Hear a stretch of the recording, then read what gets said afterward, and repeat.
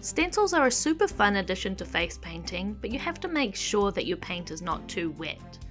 Using a dauber, dab it onto your paint and make sure that it is almost a little bit sticky when you pull it off.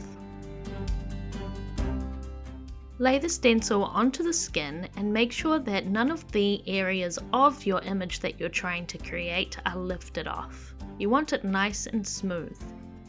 Then use your dauber and dab through the stencil. Make sure you don't move the stencil while you're applying the paint. Then carefully lift off the stencil and you should have a nice little picture. You can then clean the stencil with a wipe or with a wet sponge and make sure that it's dry before you start using it again. So you really want to make sure that your dauber is not too wet and that the stencil is dry as well. This is what happens when the dauber is too wet. The paint will seep underneath the stencil and you won't get a nice clear picture.